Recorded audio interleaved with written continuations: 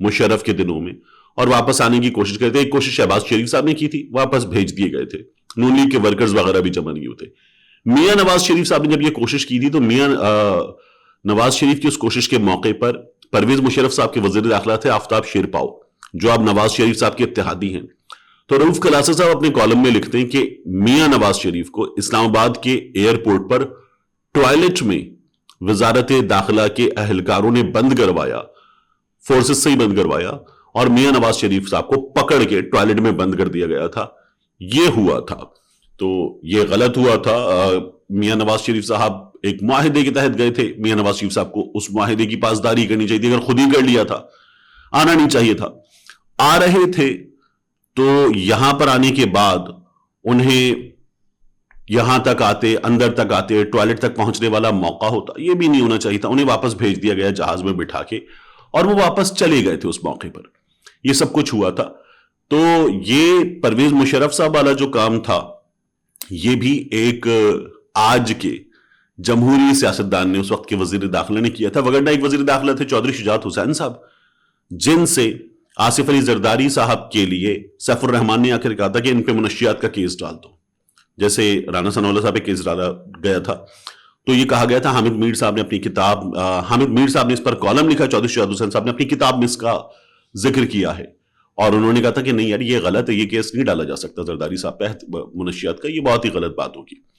تو ہمارے ہاں بعض جگہوں پہ انکار کیا گیا ہے, بعض جگہوں پر اس پر اسٹک کیا گیا ہے کہ ہمیں جو اوپر سے کہا جا رہا ہے وہ ہم کر دیں. تو یہ آفتاب شیرپاؤ صاحب نے کیا تھا. بہرحال کمنگ بیک ٹو دس تھپڑ اسٹوری, یہ پہلے بھی ہوا تھا. ابھی جب عمران خان صاحب 9-10 اپریل کی درمیانی شب تھی, تو تب بھی خبر آئی کہ عمران خان صاحب پر حملہ کیا گیا ہے, ہاتھ اٹھایا گیا ہے, تھپڑ مارا گیا ہے, تھپڑ مارے گئے ہیں, تھپڑ اور مکے وغیرہ مارے گئے. یہ خبر آئی تھی.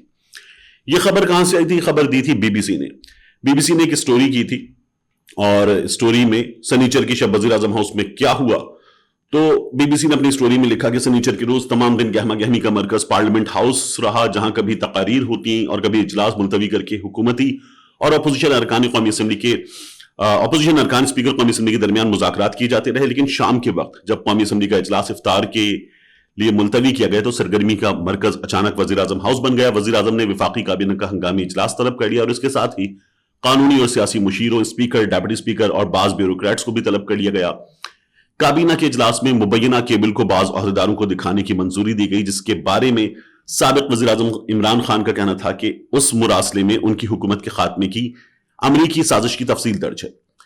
اس دوران قومی اسمبلی کے اسپیکر اور ڈیپٹی اسپیکر بھی ایوان وزیر اعظم پہنچے, لیکن انہیں وزیر اعظم کے دفتر کے برابر والے لاؤنج میں انتظار کرنے کا کہا گیا. اب وہ لکھتے ہیں آگے کہ اس دوران 2 بن بلائے مہمان بھی بذریعہ ہیلی کاپٹر غیر معمولی سیکیورٹی اور چاقو چوبند جوانوں کے حصار میں وزیر اعظم ہاؤس پہنچے, اور وزیر اعظم سے تقریباً پون گھنٹہ تنہائی میں ملاقات کی. تو 2 بن بلائے مہمان, یہ بی بی سی نے دعویٰ کیا. بی بی سی کہتا ہے اس ملاقات میں کیا بات ہوئی ظاہر اس بارے میں کوئی اطلاع دستیاب نہیں, تاہم باوثوق اور معتبر سرکاری ذرائع نے, جنہیں اس ملاقات کے بارے میں بعد میں معلومات فراہم کی گئیں, بی بی سی کو بتایا کہ یہ ملاقات کچھ زیادہ خوشگوار نہیں رہی وزیر اعظم کے لیے. اب یہ بی بی سی آگے لکھ رہا ہے کہ وزیر اعظم خود ایک شخصیت کا انتظار کر رہے تھے, لیکن ہیلی کاپٹر میں وہ نہیں آئے, 2 لوگ اور آ گئے, ان کے ساتھ اور اہلکار تھے, اور ملاقات خوشگوار نہیں رہی. اسی چیز کو اٹھا کر سینئر صحافی, سینئر کالم نگار وجاہت مسعود صاحب نے ٹویٹر پہ آ کے لکھا کہ عمران خان صاحب اگلے کچھ دن اپنی شکل جو ہے وہ لوگوں کو نہیں دکھا پائیں گے, باہر نہیں آئیں گے, کیونکہ وزیر اعظم ہاؤس میں رات جو ملاقات ہوئی وہ ملاقات خوشگوار نہیں تھی, اور اس ملاقات کے نشان عمران خان صاحب کے چہرے پر ہیں. یہ وجاہت مسعود صاحب نے ٹویٹ کیا. اچھا ہوا یہ کہ یہ خبر غلط تھی. وزیر اعظم ہاؤس میں ہمارے دوست وغیرہ موجود تھے, عمران ریاض خان صاحب خود موجود تھے. اچھا ان دنوں میں کئی دفعہ مجھے وزیر اعظم ہاؤس, جو عمران خان صاحب بار بار ملاقاتیں کر رہے تھے صحافیوں سے, مجھے دعوت آئی, لیکن میں کراچی میں ہوں, اور میں نے آپ کو بار بار بتایا کہ ایک مجبوری ہے جس کے تحت میں کراچی واپس آنے پر مجبور ہوا. فیملی میں ایک ایشو ہے اور ایک ہیلتھ ایشو ہے, اللہ تعالیٰ آسان فرمائے اسے, آمین. تو ہوا یہ کہ میں نہیں جا سکا. تو جو لوگ گئے وہ یہ بتاتے ہیں کہ عمران خان صاحب جو ہیں وہ اپنے معمول کے کام وغیرہ انجام دے رہے تھے, اور یہ سب کچھ ہو رہا تھا, اور عمران خان صاحب جو ہیں اس وقت ایک شوکت خانم کا ایونٹ بھی تھا، وہ بھی ہو گیا تھا. اس کے بعد عمران خان صاحب نے ڈائری اٹھائی اور چلے گئے، وہ آخر وقت تک لڑے اور چلے گئے.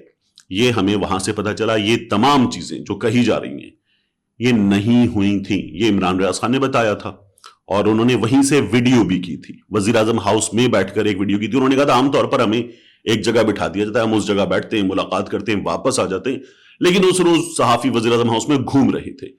تو یہ تمام چیزیں غلط تھی. بی بی سی کس خبر پر؟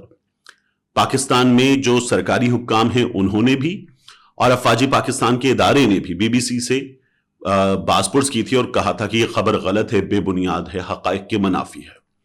اب کی بار بھی جو کچھ ہوا ہے یہ غلط ہے، ایسا نہیں ہوا ہے. شہباز شریف صاحب پر ہاتھ اٹھایا گیا، ان کو تھپڑ پڑے، یہ غلط ہے. یہ ہمارے ہاں ٹویٹر پہ شرارت کی جا رہی ہے، لیکن اس شرارت میں شر زیادہ ہے. اس شرارت میں ہم ایک جمہوری عہدے کی توہین کر رہے ہیں، ایک منتخب عہدے کی توہین کر رہے ہیں. یہ سلسلہ بند کیا جانا چاہیے. ہم اکثر کہتے ہیں ووٹ کو عزت دو، ہم اکثر کہتے ہیں کہ امپورٹڈ حکومت نامنظور، لیکن اگر ہمیں یہ عزت اور امپورٹڈ حکومت نہیں چاہیے اور یہ عزت چاہیے تو پھر ہمیں ایسی خبروں پر نہ صرف یہ کہ کان نہیں دھرنے بلکہ ایسی تمام چیزوں کی مذمت بھی کرنی ہے، ان پر خوشی کا اظہار نہیں کرنا ہے. اس میں ملک کا وقار ہے. ملتے ہیں انشاءاللہ آپ سے اگلی ویڈیو.